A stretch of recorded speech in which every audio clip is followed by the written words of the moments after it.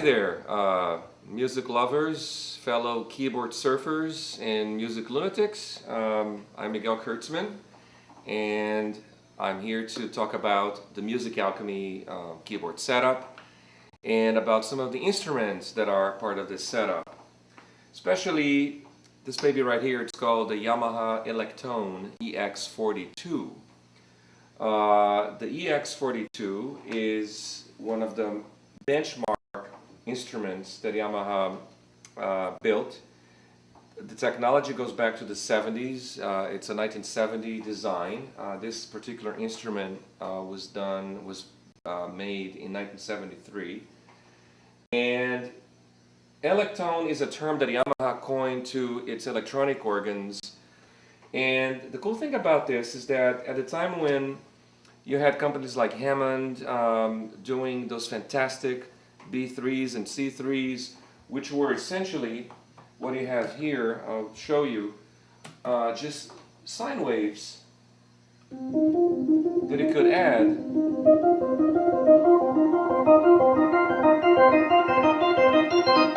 So in a sense, these are the equivalent of the drawbars that you'd have on a Hammond organ. Yamaha took a step further. They said, well, let's add a bit more tonal variety to the sound. So instead of having just very pure tones or tones that are very low in harmonics, let's add some richer tones that will represent more like a sawtooth wave or a square wave, for example. Or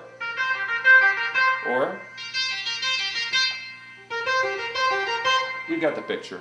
So essentially, Yamaha was paving the way for combining what one would expect out of an organ and what one would expect out of a synthesizer. And the EX-42, which was the first fully integrated circuit instrument that Yamaha built, it followed the EX-21, which was a prototype, which was used by the Beatles, and in fact it shows in one of their films. And it looks like out of the Enterprise, the original Enterprise bridge. It's white and it's space looking, and in fact the original brochure of this instrument had the EX-42 in space, and they have one sound here called Astro, and you can see it was all very kind of psychedelic 70s and cosmic. That's how they tried to do it. So very briefly, the features of this instrument, what makes this instrument extremely cool is the fact that it's got 5 individual tone generators. What do I mean by that? You have your lower keyboard, your upper keyboard, your solo keyboard, your portamento strip, which is essentially another keyboard, and your pedal board, which is down here. You have 2 octaves of pedals. Now, the great thing about this instrument is that all of these sections each one of them has its own tone generator. That means that you can actually detune them. So for example, let's say that I have one tone from the lower manual. Now I'm going to combine with tones from the upper manual, and now I'm going to detune them. See how rich it gets? Like a chorus effect. And by doing that, you can get extremely rich sounds, very, very beautiful sounds, that will begin to sound like this. And you can think of you adding that element of synthesis to the element of traditional organ design.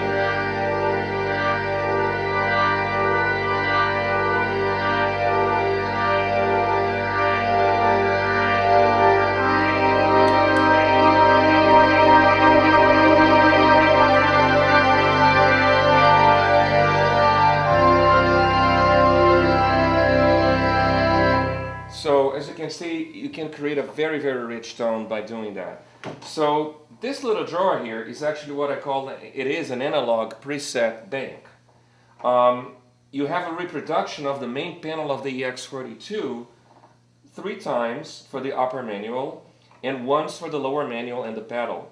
And here you can control the pitch for each one of these generators, and that's why you can do your detuning to make it sound chorused and rich. And you can literally reproduce whatever combination you do over here, and then at the push of a button, which would be either your first preset, your second, or your third, you can recall that sound. On the EX-42, those can also be achieved by hitting these toe pistons right here. So you can do that on the fly. Preset 1, preset 2, preset 3. So just change my sound by using my feet to change it. Very, very ingenious. Another great feature of the EX-42 is that it has some real synth-like features. You have here on the portamento strip, it gives you the ability to play, to go from one note to the next without actually hearing each semitone. That's what portamento is. You sliding from one note to the next note. So you can, like, say, do sort of a bagpipe kind of effect.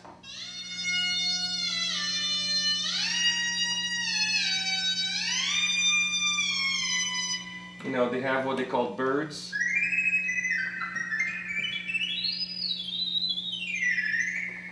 Storm, which is basically broadband noise.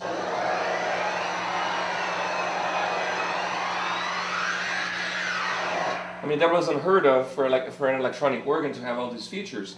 And then you also have the solo manual, which gives you some very beautiful voices that you can solo with.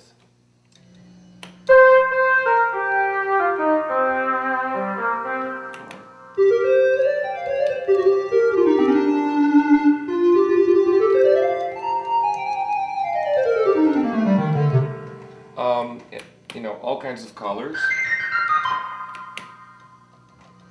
and so on.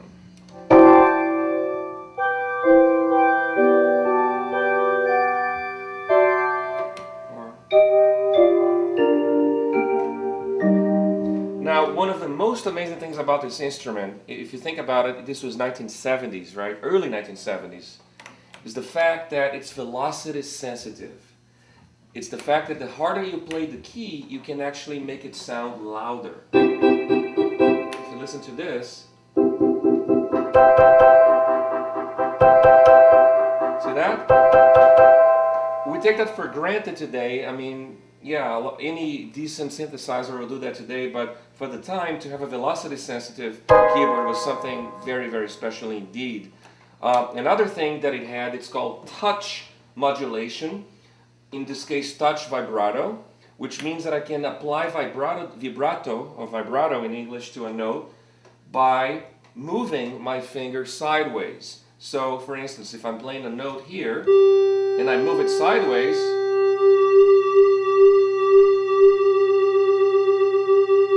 just like a violinist would do playing a string.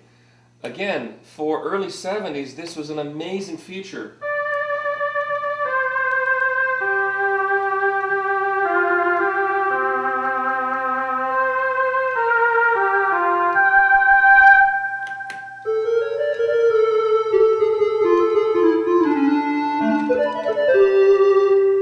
Very nice. And you could also do a filter modulation by bringing harmonics in and out, similar to a wah-wah effect, by doing the same motion. Wah-wah-wah-wah-wah.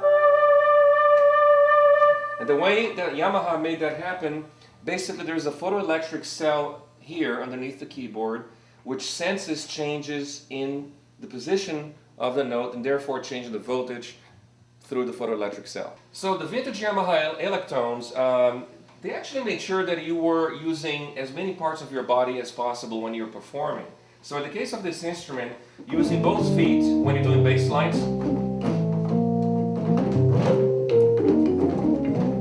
Okay, using your hands, obviously. Sometimes I use my nose, but that's me.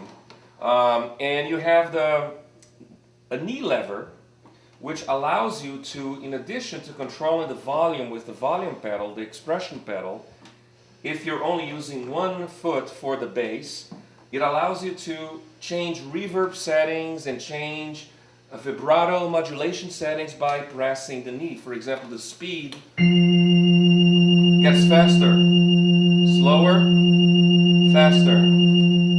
And that's a very useful feature as well. Very, very cool design. Another great feature about this instrument and all those Electones, it sounds very tacky today, but actually it was a wonderful thing, and I still love that sound, is the fact that they gave you what they called drum machines. Now the drum machines were basically very rough, broadband noise based sounds that were synthesized to emulate a drum. So these are actually beatboxes. So here's a nice bossa nova.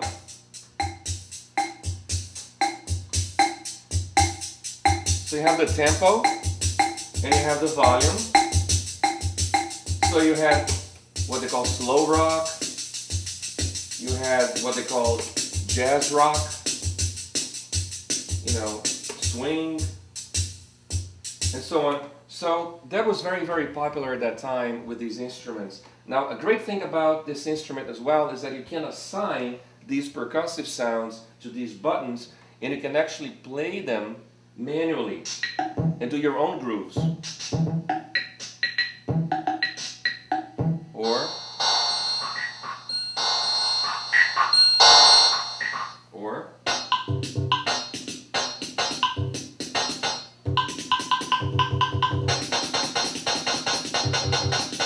and so on and so forth. Now, again, we take all that for granted today because, you know, computers can do that in a second. You have loops. But just imagine in the 1970s to having control of all of these features live. Now, one beautiful thing about the EX-42 is its rich sound, very rich sound that it can produce. And you can do anything from a grand cathedral organ to a jazz organ to weird, you know, spacey kind of sounds, and you name it. The sky's the limit with this instrument. Okay, the EX-42 came with these wonderful loudspeakers called the R60Bs. As you can see, they have rotating elements, similar to the Leslie design.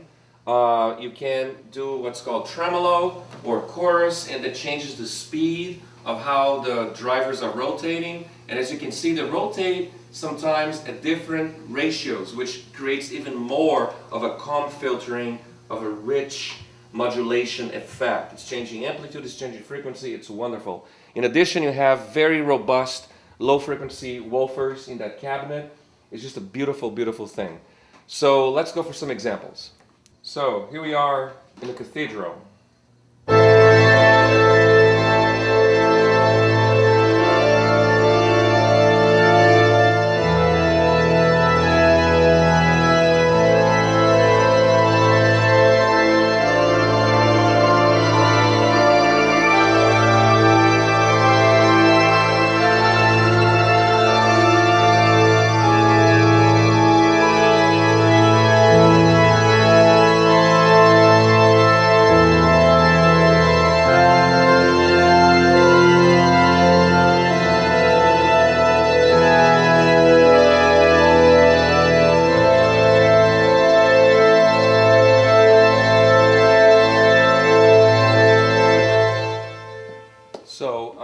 As you can see, it's a huge, beautiful sound. Now, this is what happens if you want to do some jazz with this instrument.